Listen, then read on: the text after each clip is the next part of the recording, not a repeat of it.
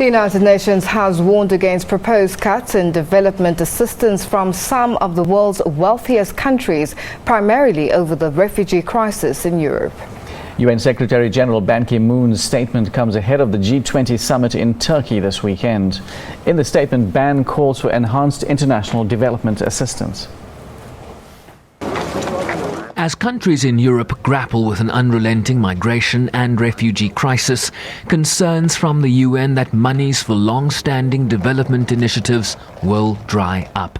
The Secretary-General underscores the importance of fully funding both efforts to care for refugees and asylum seekers in host countries, as well as longer-term development efforts. Resources for one area should not come at the expense of another. Redirecting critical funding away from development aid at this pivotal time could perpetuate challenges that the global community has committed to address.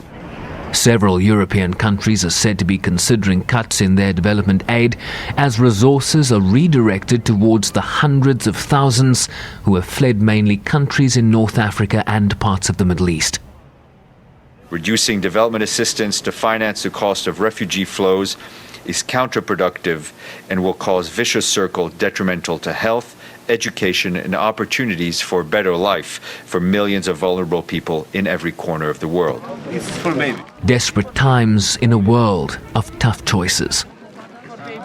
The statement from the Secretary-General comes less than 2 months after the Sustainable Development Goals were agreed to and just weeks ahead of a game-changing climate change conference in Paris, where financing remains one of the sticking points as countries scramble to reach consensus before December.